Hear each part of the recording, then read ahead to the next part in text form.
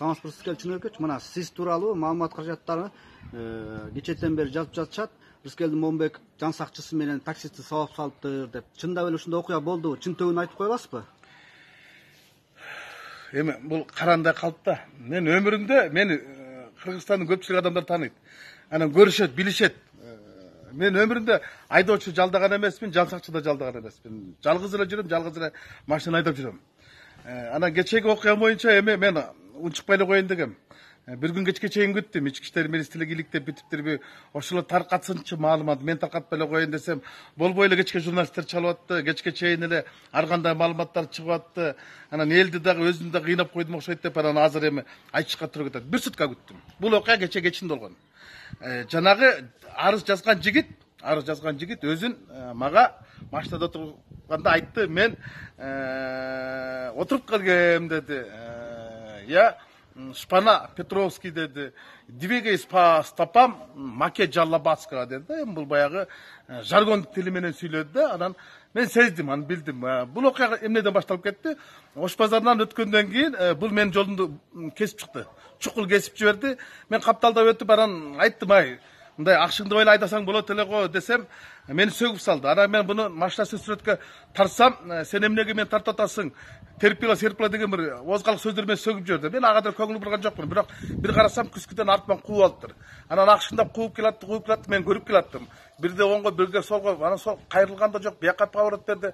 Анан Белинскийден өткөндөн кийин алдыман айдап келип туруп, машинасын токтотуп, жолунду буруп туруп, эшигин ачып, жолун чыктагы мен эшигимди ачканга аракет кылдым. Мен эшигимди ачпагандан, айнегим ачыкпачы, айнегим ачкандан мени эки жол уруп жиберди. Колмуштап көтөрүп жиберди.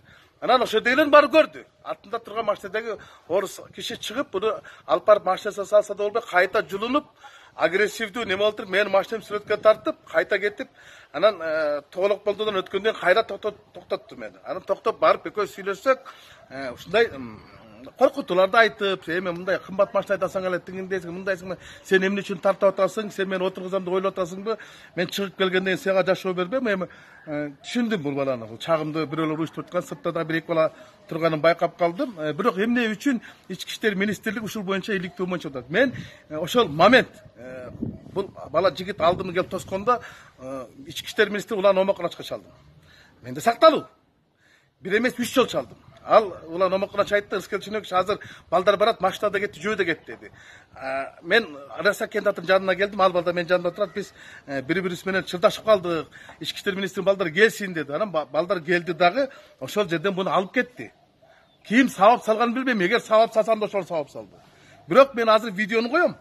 Бул 20 минуттук видеону мен даярдап койдум тергөөчүлөргө. Ошол мен сабаганым эмес, алдым мени сабаганын далилдеп.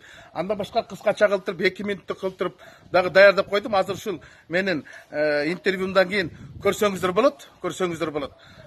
Ал мага кол салган, мен ага кол салган эмесмин. Менин өмүрүмө коркунуч келтирип кол салган. Билбейм, аны мүмкүн курал жарагы бар беле жок беле деген.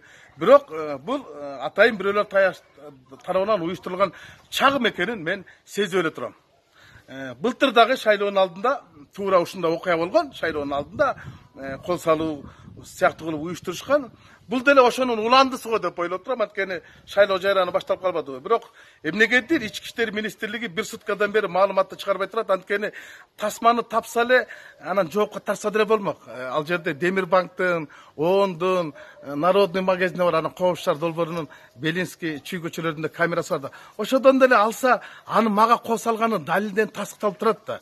Анан эмнеге чейин ушул маалыматты жашырып турса дагы жакшы. Мен машинамдын алдында дагы артында дагы видео регистратор бар экен, ошону табып чыгып жарыялаганга мажбур болдум. Азыр силер 2 минуттук тасманы көрүңүздөр дагы, анан кийин менин сөзүмдүн кургак эместигине силер дагы бир ишенип коюңуздар. Рахмат.